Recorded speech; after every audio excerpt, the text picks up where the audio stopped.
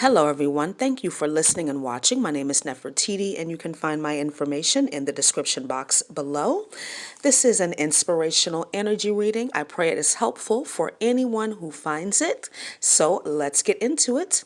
From the Angels and Ancestors deck, we have Knight, Peacekeeper, and Shield Maiden at the bottom of the deck.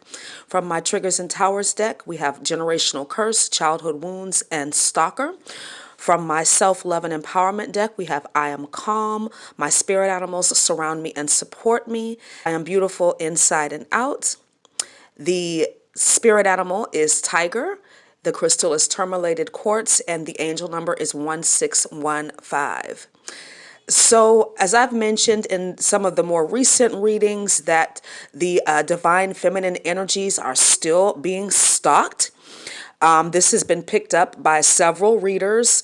We are just being targeted, and not just divine feminines, but divine beings in general are being targeted right now. And I feel like it's because we're planetarily speaking going through a major shift in a positive direction, and people are starting to wake up, like really wake up and see what's going on. We're seeing a lot more exposure, right? That's really been going on for the past couple of years, but I feel like more and more people are being open, or are open to conspiracy theories and things of that nature. Things that they may have wanted to deny are going on for a long time, but now everything is just kind of coming out, and people are forced to deal and heal, right?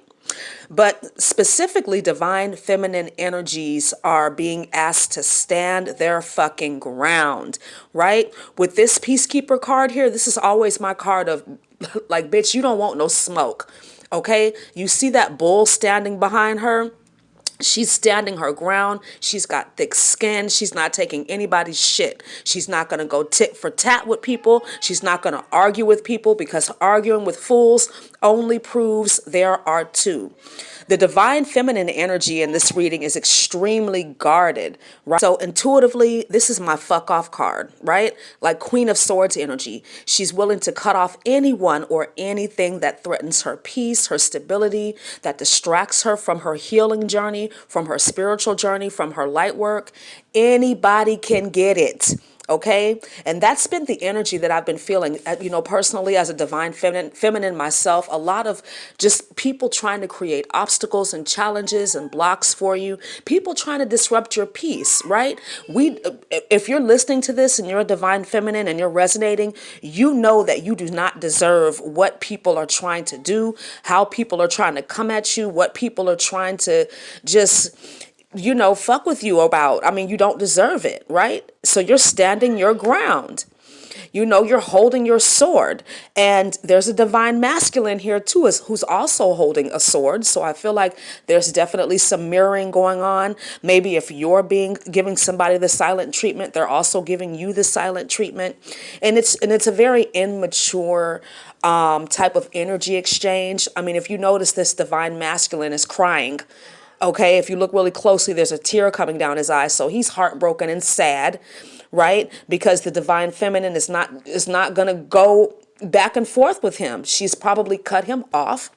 And she's like, look, I am done. I'm trying to end this with dignity and grace. I'm trying to walk away. And the roles could be reversed. This could be the masculine with the feminine here, okay? Telling her, like, it's time for us to, go our separate ways. I'm not going back and forth with you. I don't want you anymore. I'm not, I don't want to be a part of this connection anymore. I'm getting the message that the divine feminine in particular needs to keep her energy and specifically her living space clean, energetically and physically. I feel like there's some energies being sent, right? Chaos magic maybe to her home, or maybe just someone, again, trying to disrupt your peace because they don't have peace, right? Misery loves company. I'm also feeling some betrayal energy here too, like somebody being stabbed in the back. I know I've been feeling that, I'm clairsentient, so I've been feeling a stabbing sensation in my back for like the past maybe week and a half. So there's definitely some betrayal energy. Maybe both parties feel betrayed, right? There's definitely a communication breakdown as well. But I feel like the divine masculine is at fault here. He's the one that's guilty because if you notice, he's the one that's standing outside crying. Okay, the divine feminine looks like she's holding her own. She's like, I said what I said, I meant it, and she's not, I don't feel like it's really like aggressive yet. Like Moneybag Yo says, we can get gangster or we can keep it cordial. How you want to go about it, right? I'm also feeling like there's some jealousy here too. Men can be jealous of women. I mean, if you're beautiful and you're, sweet and you're loving and you're kind and you get a lot of attention, that could make divine masculine energy jealous. I mean, of course, females will be jealous, feminine energies, but divine masculines, because they know that on some level, you might not need them, right? You probably get just as much attention as this divine masculine here that's jealous and crying and heartbroken and sad over you, right? But this generational curse card here implies that this person isn't going to change. In other words, they ain't shit and they ain't gonna be shit, okay? Especially with childhood wounds here implies that this person does need to do some deep healing. And they're just not willing to do it, right? They're wanting to project. So you need to move on so you don't get caught up in their karma. I'm also getting that this generational curse could be sickness as well, maybe mental illness or something that stems from childhood wounds, perhaps some kind of abuse that is now playing out in this person's life and it's sabotaging every connection that they have. I'm also getting a message here too that for some of you, cannabis may be helpful. I know that it's a very helpful tool for me, but everybody feels differently about it. But it's definitely something that I would rather take than an antidepressant or something along those lines. But do what's right for you. But that's a message that I'm getting, so I'm going to give it. Now, Tiger is here. Tiger definitely confirms this stalking energy, right? With this divine masculine outside the door here with the sword. But Bull and Tiger here means that the divine feminine is not playing games, okay? She will get with you on any level you choose. She's also here, Tiger. I feel like Tiger's a she just because she represents Durga, okay? Tiger is here for protection and healing. Tiger shows up when you are ready and willing to heal. And I feel like the divine feminine is on this journey. And that is why Tiger is here. Tiger spirit is also about being the warrior, right? Standing your ground. She means business. Tiger represents confidence, staying focused on your plans, and having lots of self-esteem. When Tiger shows up, she's telling you to face your fears and achieve your goals and be willing to fight if necessary, but only if necessary, because as I said, arguing with fools only proves that there are two. Now, tourmalated quartz is here, and this is a highly protective crystal because of the black tourmaline, which is amplified by the quartz crystal. And like the shield maiden card here, tourmalated quartz creates a shield of light around you so that you can focus. It keeps you grounded and it also cleanses your energy. It's also good for cleansing your environment as well. So you can take several larger pieces and place them strategically around your home to keep the vibe high. Tourmalated quartz will also improve your clarity and will help with healing on many levels. Angel number 1615 is here, and remember what I said in other videos that when there's 4 numbers, it's very specific. And like I said, I feel like this is specific to divine feminine energy. But this is about making changes where you know there needs to be change, i.e. learning to stand your ground, learning to not take anybody's shit. Okay?